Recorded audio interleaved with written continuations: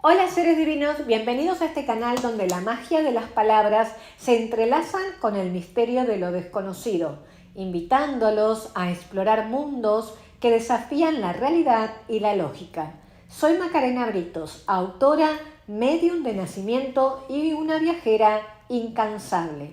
Estoy muy emocionada en embarcarme junto a ustedes en esta nueva aventura, en este canal, en donde vas a encontrar la verdad entre el más allá y el más acá. Comenzaremos con mi autobiografía, una travesía repleta de valiosas lecciones que espero de todo corazón te puede llegar a inspirar a reflexionar sobre aquellos acontecimientos que son tan ignorados. Me encantaría que compartan sus dudas y preguntas en los comentarios, ya que sus opiniones son extremadamente importantes y de esa manera transformaríamos esta experiencia en algo realmente especial, evitando que se convierta en un monólogo aburrido. De esa manera responderé sus inquietudes en los siguientes y posteriores videos para garantizar que la interacción de esta manera se convierta en algo mucho más dinámico. Seres divinos, publicaré 3 videos los domingos. Tengo muchas novelas listas para compartir con ustedes y les prometo que cada capítulo los dejará con la boca abierta. Los videos tendrán una duración aproximada de unos 30 minutos, así que no te pierdas ni un solo detalle del próximo contenido o, si caíste en este video por casualidad, busca hacia atrás los capítulos siguientes para que de esa manera puedas comprender a cabalidad la historia y cada uno de sus personajes y cómo va la evolución de cada uno de estos personajes basados en una historia real, mi propia historia. Muy bien, seres divinos, ahora sí, va campana.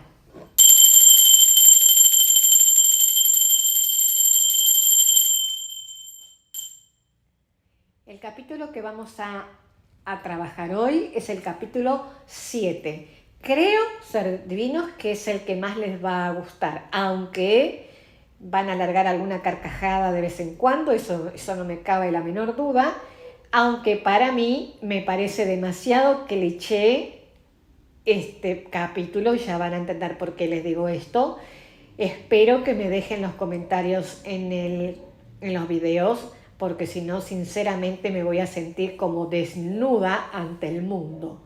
Desnuda por completo, aunque ya desnudé mi espíritu, pero otra cosa muy distinta es desnudar lo que les voy a contar hoy. En esta historia de Callando la ignorancia de mi karma, escrita en el año 2015, lo digo esto para las personas que van ingresando en este nuevo capítulo. Este capítulo es el capítulo número 7 y se llama Un viaje al amor. Era una fría noche de invierno en Montevideo y ahí estaba yo a mis 19 años en esa ciudad que elegí para mis estudios. Viejo enemigo del frío, me encontraba bien acurrucada en la cama leyendo una novela romántica que me trasladaba a un mundo donde el invierno no existía. Esos clásicos en portugués que guardaba en el baúl de mi casa en Rivera. Estaba en el primer año de Derecho de la universidad, preparándome para ser en el futuro una escribana pública o notaria. No era justamente mi sueño dorado, ya que siempre quise estudiar algo que me permitiera viajar. Pero bueno, entre mi timidez y mi odio al inglés, arruinaron mis planes para hacer quizá otra cosa.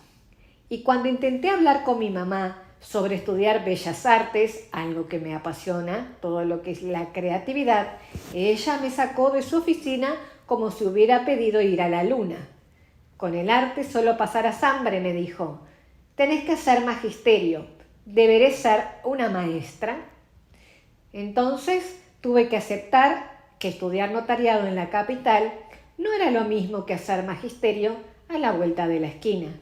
No es que no adorara a los niños para ser una maestra, pero mis sueños de viajera desquiciada eran mucho más intensos.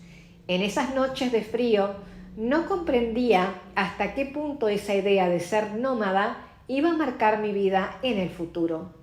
Aunque Montevideo no era exactamente el mundo, era la capital de República Oriental del Uruguay, para mí esos días, con 18 o 19 años, representaba el inicio de la libertad. Mi miedo paralizante de meses anteriores, ese monstruo que parecía abrir ventanas donde quisiera y apuntarme con esos dedos de los árboles como dedos muy delgados, como apuntándome, por el momento estaba como dormido. ¿Por qué? No tengo idea. Fue como que si en esa época me hubiese dado un descanso para quizá, solo digo quizá, yo pudiera vivir la historia que viví en cuanto al amor. Y así, ese día, acurrucada hasta las orejas con mis frazadas, de repente sonó el timbre de mi apartamento, en donde vivía con mi amiga Ivana, las dos solas en la capital. Le grité: «Ivana, abre la puerta», porque salir de la cama era un plan tan menos atractivo como andar descalza sobre carbón caliente. Pero mi compañera de piso parecía tener un acuerdo con la sordera y no me ayudó. Así que, entre murmullos pocos elegantes y en un par de palabrotas, me levanté. Al abrir la puerta, unas 4 o 5 chicas que parecían listas para una juerga invadieron mi casa. Eran amigas de mi ciudad de Rivera y después de un beso en la mejilla, pasaron corriendo hacia mi cuarto como si despertaran a un oso invernado. ¿Qué demonios están haciendo en mi casa un 24 de mayo con este frío?, pensé mientras me reacomodaba entre mis frazadas. Fue entonces cuando me enteré de su plan: sacarme a bailar esa noche a mí y a Ivana. Pero nena, ¿bailar con este frío? Pero vamos, la vida es un baile y a veces solo hay que dejarse llevar. Y hablaban de una discoteca con bolas de espejo y la música de los tocadiscos y unas fiestas que estaban dando esa noche en el círculo policial. Yo no pensaba salir por nada del mundo, pero ellas, ni lentas ni perezosas, y conociendo mi reticencia a las salidas nocturnas, fueron buscando en mi ropero algo más sexy y me sacaron a los tirones de la cama. Grité a Ivana y a la desgraciada, en vez de apoyarme, se puso de aliada con el grupo de locas, y cuando me di cuenta ya estaba maquillada con una minifalda y unas botas negras de infarto. Y mis deformes zapatillas y gastados Shein quedaron tirados en un rincón ese sábado. No pude negarme. El destino estaba a favor de ellas. Llevaba el cabello alborotado con rulos grandes por una permanente que mi madre me había realizado. Además, mi color de cabello había sido reemplazado por un rubio, gracias a los reflejos que comenzaron siendo pocos y que terminaron por adueñarse de mi larga cabellera. Con lo que, sin percatarme, un día había dejado de ser morocha para ser rubia. Todo se estaba transformando en mi vida. De vivir en el interior del país, en una ciudad pequeña, pasé a vivir en la capital.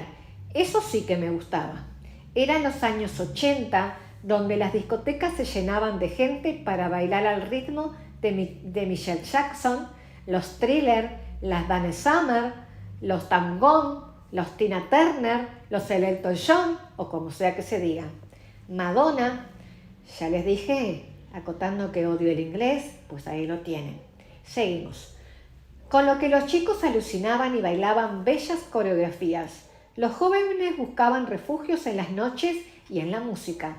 En el año 83 se estrenó la película Flashdance y los videoclips y todas esas músicas cambiaron la historia de nuestra generación. Era más que obvio que no estaba ajena al amor por la música y por ese cambio cultural. Y por más que me disgustaba el hecho de salir en pleno invierno y en la noche, estaba agradecida, en definitiva, de tener amigas que me sacaran de ese encierro tan acostumbrado. Cuando llegamos al local bailable, nuestro grupo de amigos se amplió gracias a algunos conocidos de la ciudad. Después de saludarnos en la entrada, noté que había un chico en particular que no se separaba de mi lado. Con el tiempo, mucho tiempo después, descubrí que era él la razón por la que mis amigas habían decidido sacarme de la rutina esa noche. Estaban empeñadas en que me declarara su amor. El problema era que, para mí, ese chico solo era un amigo querido y ni siquiera tenía una pista de su amor platónico hacia mí. Aunque, pensándolo bien, era un poco lógico que no me diera cuenta. Yo solo intentaba vivir con un poco de paz y que el monstruo que siempre me acompañaba no decidiera hacer una aparición. Admito que los estudios sirvieron de camuflaje para ocultar en aquellos tiempos mis miedos. En cuanto llegamos al centro bailable, empezó a sonar un samba que te hacía mover los pies sin pensarlo, y así, como si entráramos en un trance colectivo, nuestro grupo se lanzó a la pista. Porque, ¿quién puede resistirse a un buen zambiar cuando hay sangres y culturas mezcladas en juego? Brasil y Uruguay estaban en mis amigos, y fue justo en ese momento que todo cambió, porque lo vi a él. Estaba apoyado en una gran columna, con una pierna doblada y una actitud de «aquí no pasa nada», mientras fumaba un cigarrillo. La luz tenue del local hacía que los mechones de cabello que caían sobre su frente parecieran de un tono más claro. Notaba cómo soplaba suavemente, tratando de colocar su cabello rebelde nuevamente en su lugar, solo para que volviera a caer como si tuviera una mente propia. Todo ese ritual de soplar y acomodar me dejó tan intrigada que no pude apartar la vista de ese hombre. Tenía un magnetismo que me atraía como una polilla a la luz. Sé que la comparación suena un poco extraña, pero esa fue la sensación. Su atuendo era simple, nada que quisiera parecer a un príncipe encantado de mis novelas románticas. Llevaba unos pantalones y una chaqueta de jean celeste muy pálido. Su piel era morena, pero no supe si era su color natural de piel o si había pasado el verano en la playa. Mientras mis amigas se movían en la pista como si no hubiera un mañana, yo estaba ahí, plantada como un cactus, mirando a ese hombre tan sexual, una situación que no era nada habitual en mi aburrida vida. A pesar de que no podía dejar de observarlo, él parecía completamente ajeno a mis miradas. Eran momentos extraños en los que me sentía audaz y atrevida, como si estuviera haciendo algo prohibido. Ese señor despertaba en mí sentimientos sin siquiera haberme mirado. Así que, al terminar la música, decidí actuar y le pregunté a uno de mis amigos si lo conocía. Me contesta: es mi compañero de clases. Estamos en tercer año de la escuela de policía y se llama Alejandro. Un buen tipo, contestó, y justamente era el amigo que se pensaba declarar su amor por mí en ese día y que solamente lo supe casi 10 años después. Le respondo yo: «¿Policía?», repetía a los gritos en un lugar que estaba muy colmado. «¿Y tiene novia?», pregunté entre sonrisas pícaras con un poco de vergüenza. «No, está solo», respondió, algo cansado de esas preguntas absurdas y nada comunes en mí. Al terminar la música, nos dirigimos a una mesa y yo perdí de vista a ese hombre tan sensual con su cigarrillo y su cabello que volaba y bajaba.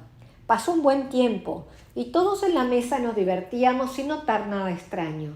De repente sentí una mano en mi hombro. Su agarre era firme y delicado a la vez.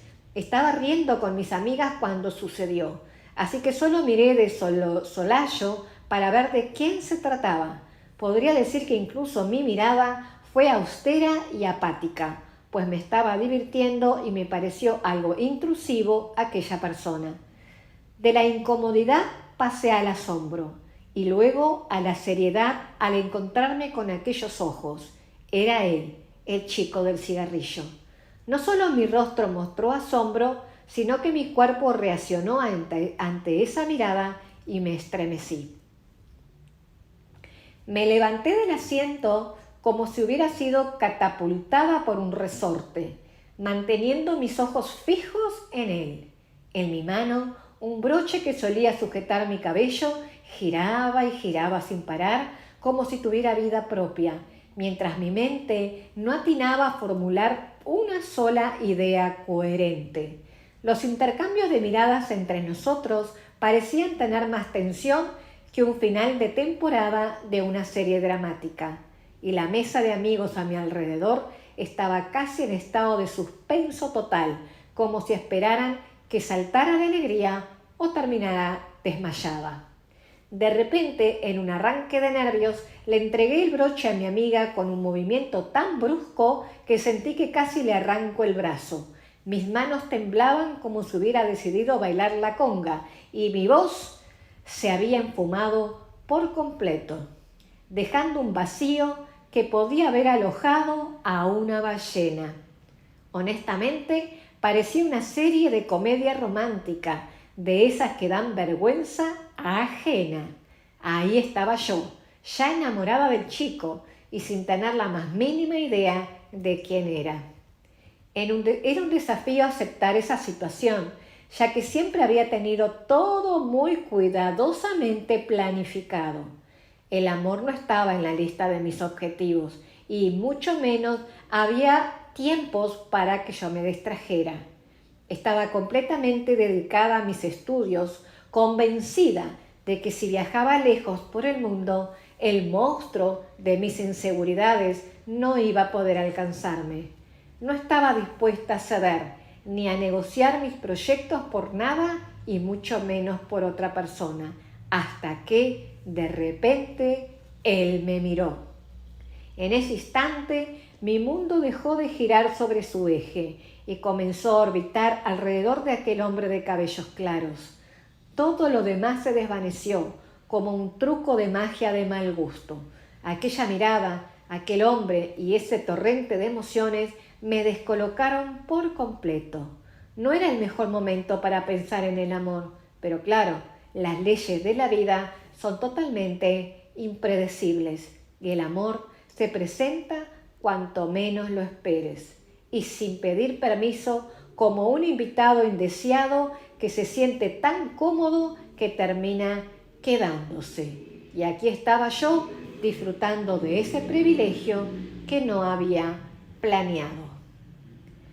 Pensé, ¿qué pensaría el hombre de esa piel tostada? Al tiempo que recibía la respuesta con tan solo una mirada. Supe de inmediato que eran emociones mutuas. Salimos a la pista, ambos nerviosos, mirándonos como si nos reconociéramos. Él me abrazó fuerte para bailar la música lenta. Pasó sus brazos por mi cuerpo y por mi espalda, y juro que me estremecí de placer, al tiempo que fui subiendo mis brazos hacia su cuello, hasta quedar completamente pegada a él. La música me invade con esos acordes tan hermosos, lentos, y entre su cercanía y la música que me suspendía hacia el amor, me temblaban las rodillas y sentía un gran comezón en el estómago. Nada me importó en esos momentos.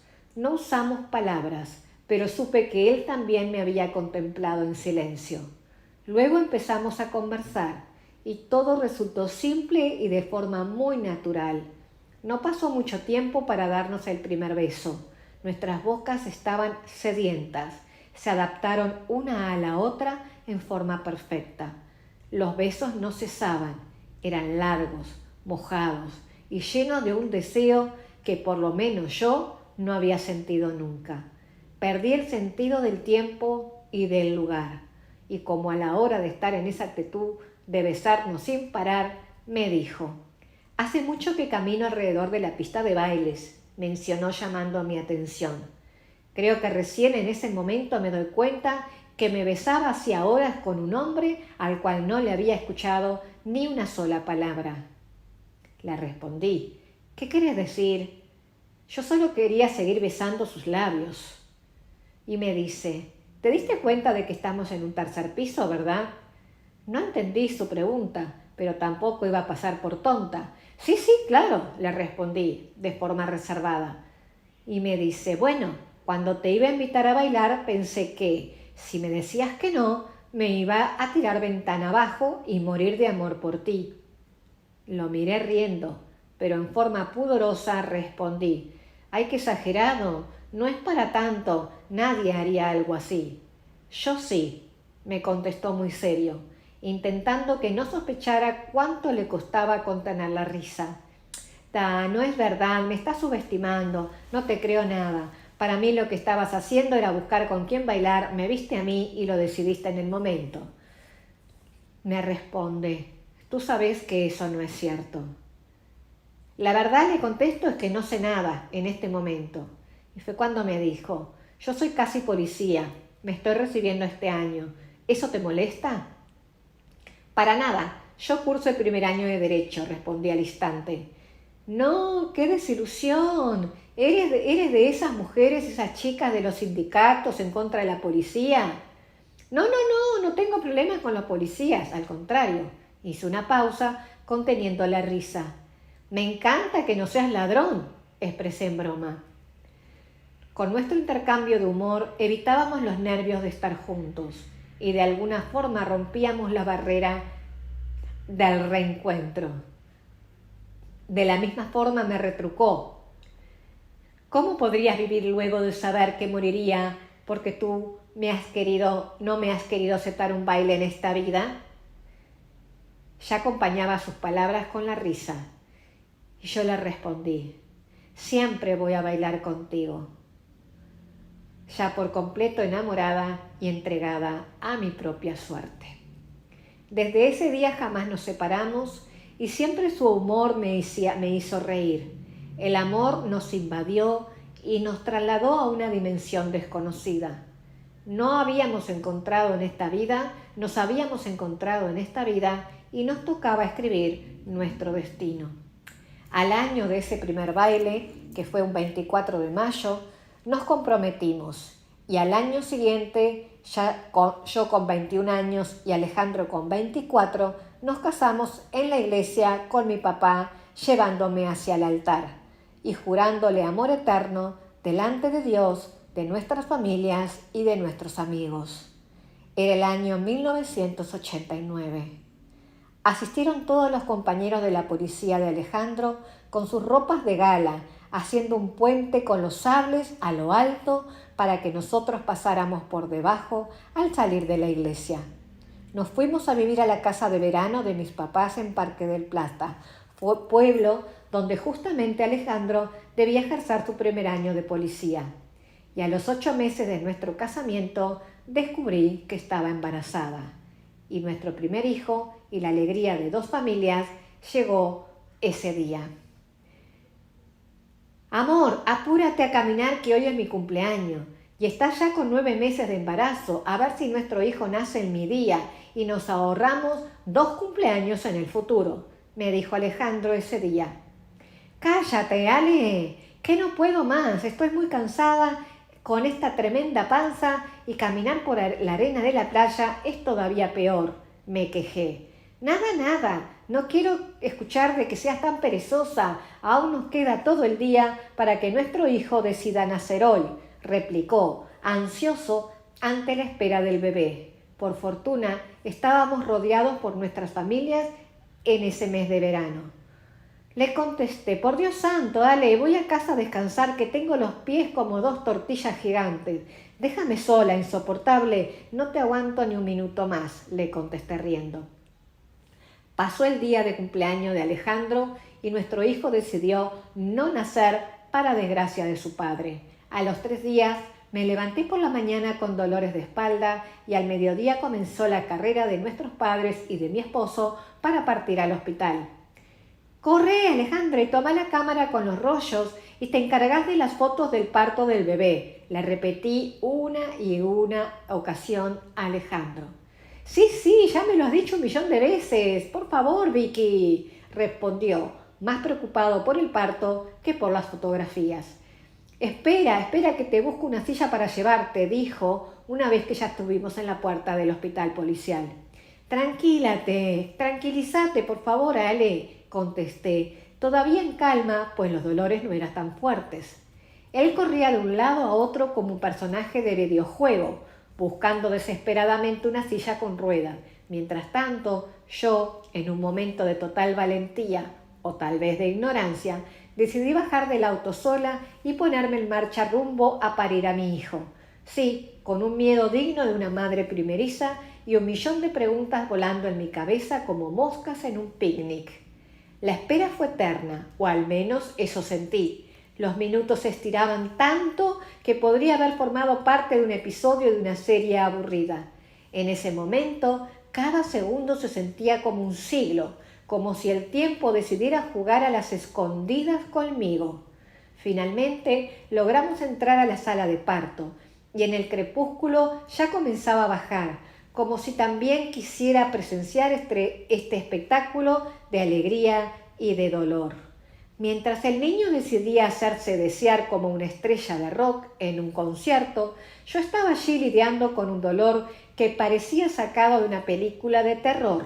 Mis gritos resonaban en la sala, a pesar de que intentaba ponerme el sombrero de una mujer valiente. Y mientras tanto, Alejandro, mi querido compañero en esta odisea, andaba por ahí haciendo un reportaje fotográfico con su cámara, inmortalizando cada momento de ese caos.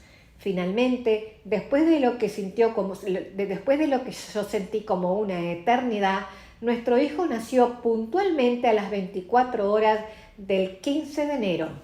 Su cabecita tenía forma de cono y estaba adornada con un frondoso cabello negro. Para mí fue el bebé y era el bebé más hermoso del mundo. Pero luego, como si no tuviera suficiente drama, Alejandro salió de la sala de parto con el niño en brazos y, delante de toda la familia, soltó con su típico humor negro, diciendo: «Es un susto de medianoche». Y ahí, entre risas y llantos, supe que la aventura apenas comenzaba. Al día siguiente, todo estaba muy bien. Yo ya sostenía en brazos a Salvador y se me ocurrió preguntarle a mi esposo por la cámara de fotos. Ante la ansiedad de la situación en la que se veía, me contestó sin preámbulos: «A ver, mi amor, me olvidé de colocar el rollo. O sea, no tengo una sola foto para revelar. Quedaron todos en mi bolsillo del pantalón. Los nervios, Victoria, los nervios». «No lo puedo creer, Ale. Yo pariendo y tú no lograste colocar un rollo en una cámara de fotos», expresé y reclamé en broma. «Perdón, mi amor. Prometo dedicar mi vida a sacarle fotos a nuestros hijos», respondió. «Más te vale que cumplas», concluí feliz, mientras me preparaba para amamantar a mi hijo por primera vez. Nuestro hogar fue testigo del crecimiento de Salvador, un niño feliz y sano rodeado de amor. Y de repente, cuando Salvador tenía 6 años, sorpresa, quedé embarazada de nuevo. Que obviamente ese no era el plan. La llegada del segundo bebé fue como un huracán que se desató de la nada. Era frío de agosto y yo estaba intentando organizar el dormitorio a las 5 de la tarde después de haber dejado todo hecho un desastre tras dar una materia en la universidad. Estaba cursando mi último año de mi carrera de escribana, con 9 meses de embarazo. Y ahora aquí estaba con la incógnita de que si era un hermanito o una hermanita para Salvador, ya que en cada ecografía el bebé se mostraba de espaldas, como diciendo: «No me miren, estoy en modo secreto». De repente sentí una punzada debajo del vientre. A los 5 minutos apareció otra. Miré el reloj en la mesita de noche y pensé: «Qué raro». No le di importancia y seguí con mi faena de la casa. Todavía faltaban 2 semanas para la llegada del pequeño. Después de haber vivido los dolores del primer parto, pensé que estos serían un paseo por el parque. Pero no fue así cuando la punzada volvió a repetirse. Esa vez me doblé al lado de la cama tratando de aguantar y no asustar a Salvador, que estaba allí con cara de niño confundido. Cuando finalmente pude volver a respirar sin parecer un pez fuera del agua, decidí que era hora de pedir ayuda. Fui a buscar el teléfono para llamar a Alejandro en su trabajo y a Natacha, que hacía unos días se había llevado el bolso de la maternidad porque su cierre se había roto de tanto abrir y cerrar. Genial, no tenía ni la ropa para el bebé. También llamé a mis papás, que estaban en la ciudad de Rivera, preparándose para celebrar los 15 años de mi hermano Lucas al día siguiente, con sus amigos de secundaria. Mi madre, al escuchar la noticia, cambió sus planes al instante y empezó a cargar todo en el auto junto a mi padre Carlos, mientras Lucas, visiblemente molesto, no dejó de quejarse durante más de 6 horas que corresponde el viaje, diciendo que su sobrino era una mierdita por nacer justo un día antes de su cumpleaños. Por supuesto, mis papás estaban tan emocionados con el nacimiento de su segundo nieto que no le prestaron la más mínima atención al pobre Lucas, que iba en el auto con cara de enfado total, emburrado y muy descontento. Tanto mi hermana como mi esposo llegaron casi al mismo tiempo, justo cuando yo estaba lidiando con los dolores del parto. Desde mi sala de espera no podía hacer más que observarlos correr de un lado a otro como si estuvieran atrapados en un laberinto, sudando y sin idea de por dónde comenzar. En un momento de desesperación, viéndolos correr, decidí que lo mejor era dejarlos a sus anchas y me fui a bañar. Pero Natacha, al ver el tamaño de mi panza y con la dificultad con la que caminaba, se puso con un susto, como un gato con miedo, y en un arranque de energía que no sé de dónde sacó, tomó la esponja del baño y comenzó a empaparme y a enrollarme desde el cuello hasta los tobillos como si estuviera lavando una pared llena de goteo. Le pedí rápidamente que parara, porque en vez de ayudarme me estaba dejando literalmente sin piel. Fue un espectáculo digno de una comedia y finalmente la terminé corriendo del baño.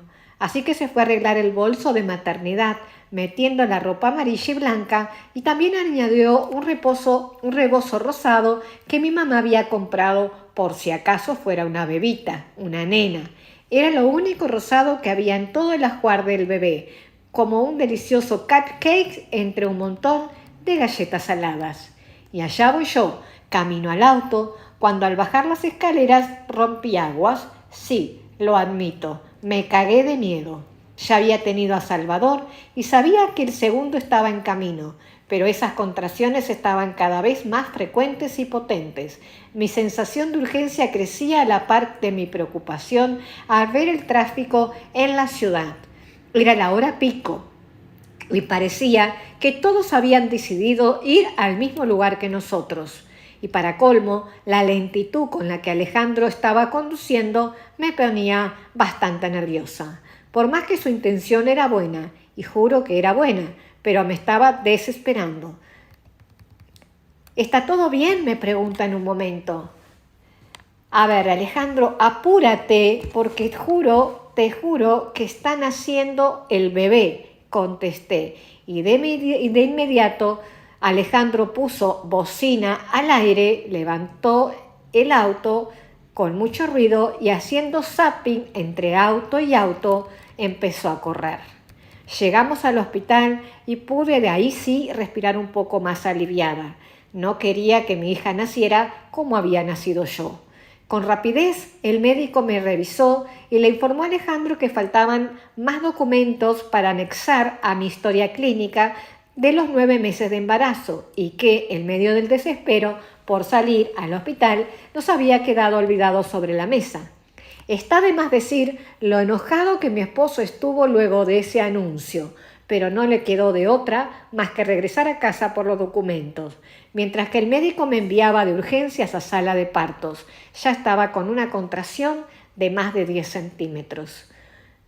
Una amable enfermera de tez morena se hizo cargo de mí y a las corridas sobre una silla de ruedas fui trasladada. Recuerdo mirarla con una mirada tímida, buscando como una especie de consuelo, pues los nervios me los tenía ramificados por todo el cuerpo. Tengo ganas de ir al baño, le cuento a la dulce enfermera, que ya bastante hacía con correr conmigo por los pasillos del hospital en la silla de ruedas. «Aguante, señora, aguante, apriete las piernas», dijo la morena. Nunca olvidaré esas sonrisas tan perfectas, esos ojos tan llenos de luz. Obviamente, esas emociones uno no olvida, gracias a esa enfermera.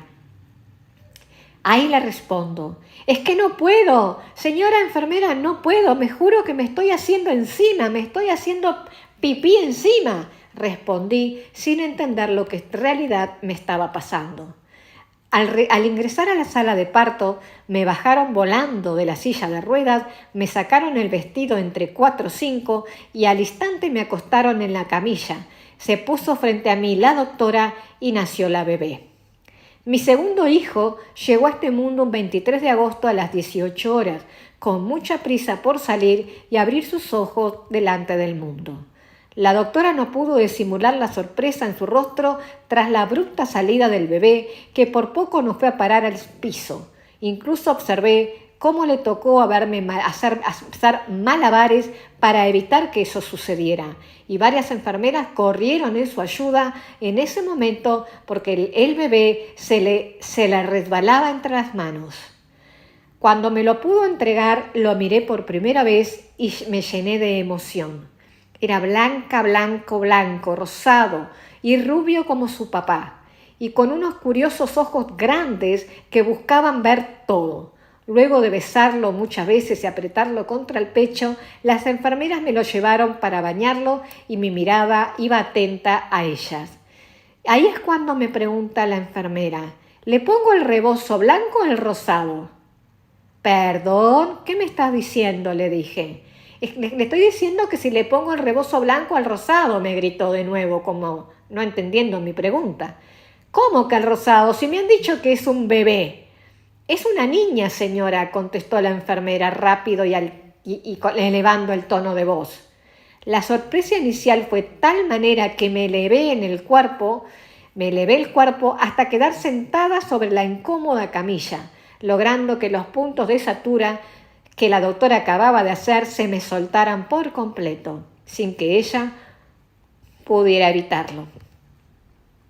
«¿Es una niña?» Creía que había tenido un varón al decir todos «el bebé», aclaré con asombro y con la voz temblorosa.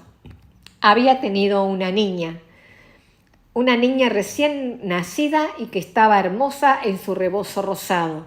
Salieron en busca del papá, de Salvador y de Natacha, que permanecían aún en la sala de espera. Alejandro se preparaba en esos instantes para entrar recién a la sala de partos, cuando una de las enfermeras salió anunciando a los familiares de Victoria Montserrat que había dado parto a una niña saludable.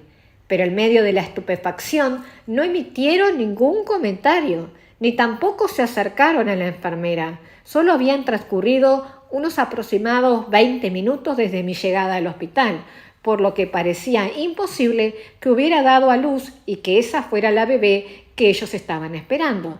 Y no era para menos, pues todos pensábamos que era un varón. Fue necesario que la enfermera repitiera nuevamente el anuncio de con mi hija en brazos y enfatizara que sí era la hija de Victoria Montserrat, para que Alejandro se acercara junto a mi hermana Natacha y nuestro hijo Salvador para conocer a la nueva integrante de la familia. Había cumplido uno de mis grandes sueños, tener el casal, una hija y un hijo. Así nació Eugenia Luz, una pequeña que llegó a iluminar mi vida y a enseñarme a defenderme de mi propia ignorancia en nuestro viaje juntas. Con el tiempo, con mi hijo Salvador se convertirían en ese faro que me guiaría en mi travesía de tantos descubrimientos. Ellos serían, sin duda, el motor de mi vida y todo por lo que valdría la pena luchar. Recuerdo perfectamente las sabias palabras de Miguel, mi ángel de la guardia, quien me susurró en sueños que siempre tendría a alguien a mi lado para enfrentar los momentos difíciles. Y vaya que tendría esos momentos como caprichosos maestros que no se detendrían por nada y ni por nadie. Hay cosas en la vida que no comprendemos, situaciones que parecen injustas o que simplemente no dejan aprendizaje alguno, opacadas quizá por momentos de rabia. Pero ese día, el día que nació mi hija Luz, esos tiempos difíciles quedaron tan solo como un recuerdo borroso. Y en esos años viví mucha felicidad, una felicidad extrema al lado del amor de mi vida, el papá de mis hijos. Si pudiera repetir esos momentos, lo haría, aunque el final me hubiese llevado a esa montaña rusa de emociones. Pero, como pasa en las mejores telenovelas, el drama llegó. Mi hermana Natacha, la que siempre había estado a mi lado, desapareció de mi vida poco a poco después que Luz llegó al mundo, como si ella hubiese completado su misión. Por alguna razón, empezaron nuevas experiencias tanto para ella como para mí. No recuerdo el incidente exacto que provocó nuestra partida o nuestra separación, pero sí sé y recuerdo a un grupo de amigas llamadas las Chuchis, que eso sí se llevó la atención y todo el drama. Después que les pedí a estas señoras, las Chuchis, que salieran de mi casa por ser unas fanáticas religiosas dominadoras, regresaron por la ventana, literalmente, o por el garage, como quieran llamarlo, y se instalaron en la casa de Natacha en el segundo piso. Desde entonces, mi hermana dejó de mirarme como antes y se comenzó a alejar, incluso privándose de ver crecer a su sobrina. Todo por unas amigas que parecían sacadas de un episodio de Amigas Desesperadas.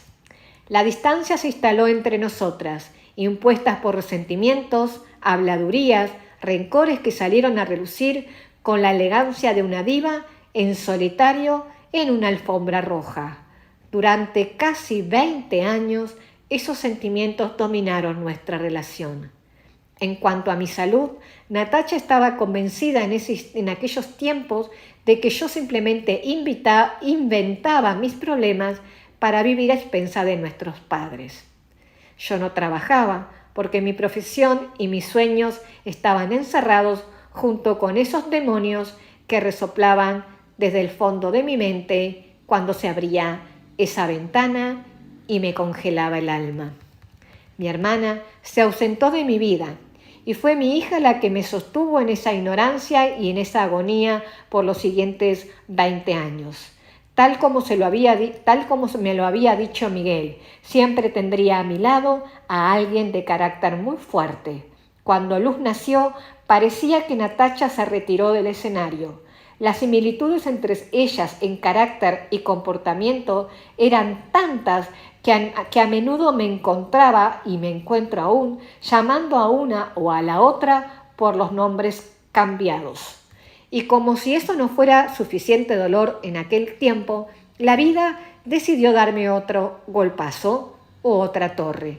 Tras 13 años, casi 15 años de vivir con Alejandro, con 2 hijos pequeños y la creencia de que todo encajaba a la perfección, un 21 de septiembre, el día que las estaciones cambian, y al parecer también nuestras vidas, la vida me enseñó que los planes no son míos, sino de la propia vida. Alejandro me fue infiel y su amante tuvo la audacia de llamarme a mi estudio notarial para recordarme que mi vida era una vida de mentiras y que yo no pasaba de una idiota. El sueño de una casa feliz con el perrito, los hijos y la estufa calentando nuestra vida se esfumó en un segundo. Parece que el universo se había puesto de acuerdo en que, en el mismo instante, tanto mi hermano como el hombre que amaba se alejarían de mi lado. Aquel día me sentí completamente derrotada, como si un dolor profundo me apretara el pecho y me dejara sin aliento. Fue un día cálido de primavera, y ese día me fui a la cama agotada, como si llevara el peso del mundo sobre mis hombros. Con los párpados casi cerrados, sentí esa muerte que no es muerte, sino la dulce liberación del sueño.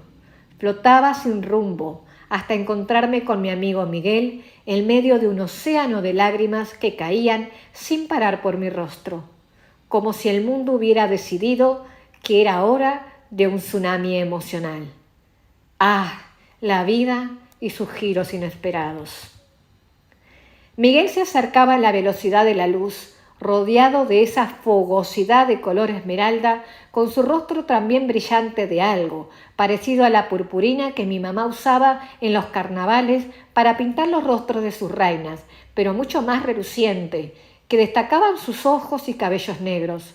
Supe que él venía en mi auxilio, y por eso corrí, o volé, hasta sus brazos, notando en su mirada que sabía de mi dolor, pero que al mismo tiempo no le daba la misma importancia que le daba yo.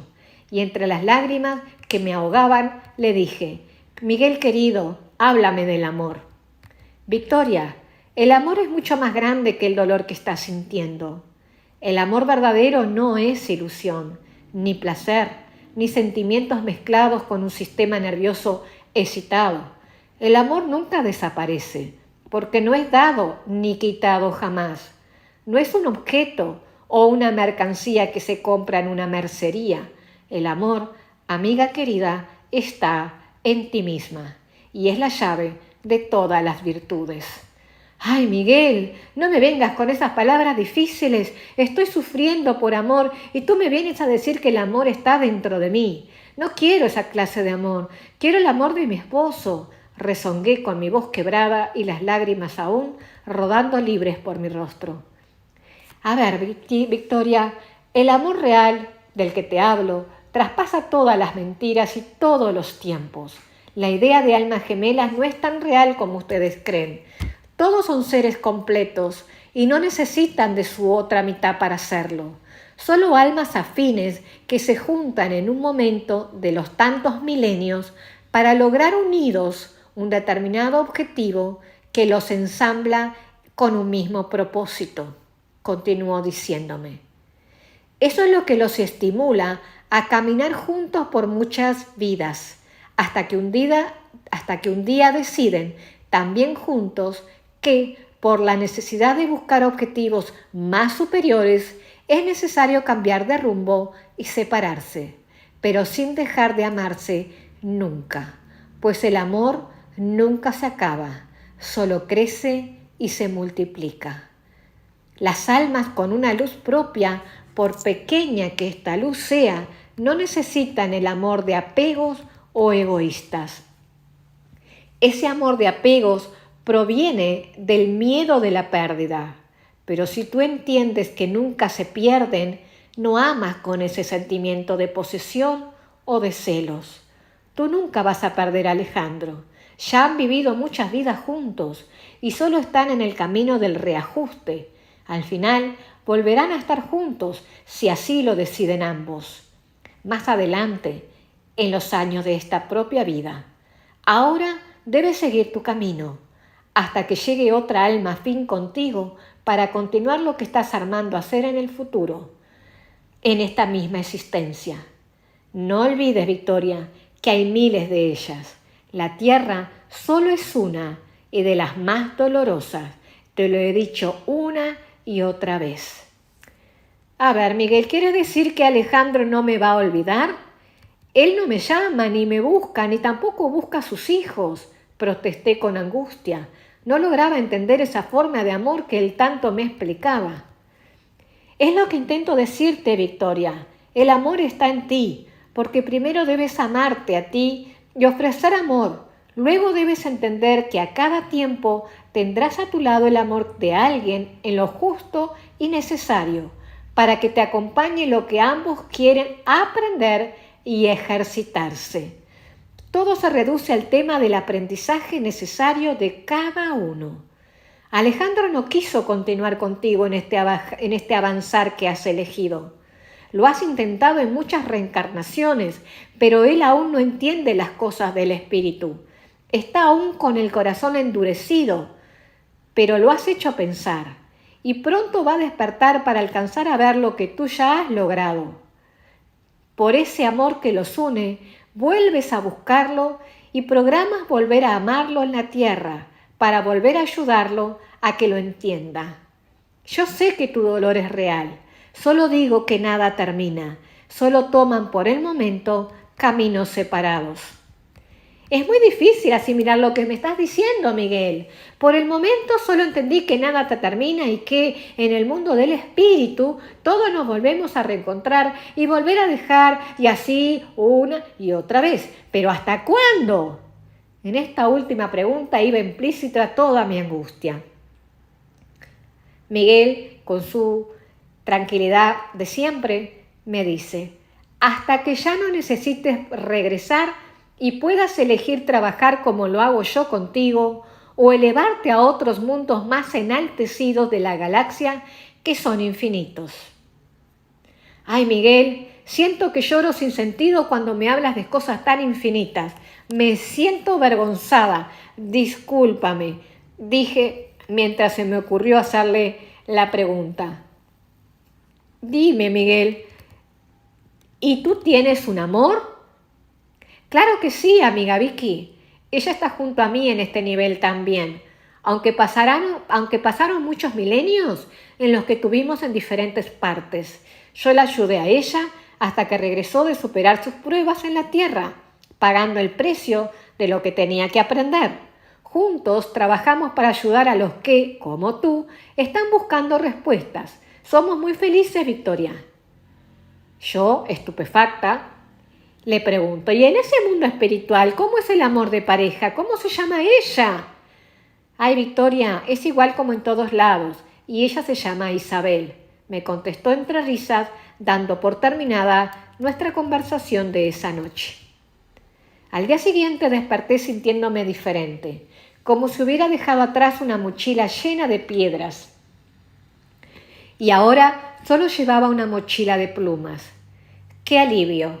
Con el paso del tiempo he logrado recordar cada palabra de aquel encuentro, pero hay que reconocer que en ese momento de dolor estaba tan sumida en un mar de sensaciones negativas y densas que mi memoria parecía más un colador que un disco duro. El lado de los muertos, en un lugar donde las cosas parecen tan claras que incluso el Wi-Fi tiene mejor señal, recuerdo a Miguel, mi amigo, que estaba del otro lado de la vida conversando conmigo, como si estuviéramos en una cafetería, aunque el ambiente era más de café con fantasmas. Ese lado donde los sueños no son tan sueños y los muertos están más llenos de vida que los que nos encontramos en la tierra. En ese entonces estaba nublada y las palabras se me escapaban como peces en un acuario, mientras intentaba pescar respuestas de Miguel o de los recuerdos. Pero ahora, con esa sensación de ligereza, me di cuenta que los diálogos de Miguel estaban impregnados de una gran sabiduría que, por alguna razón, mi mente en aquel entonces se negó a aceptar. Muy bien, seres divinos, finalizamos el capítulo número 7, el más largo.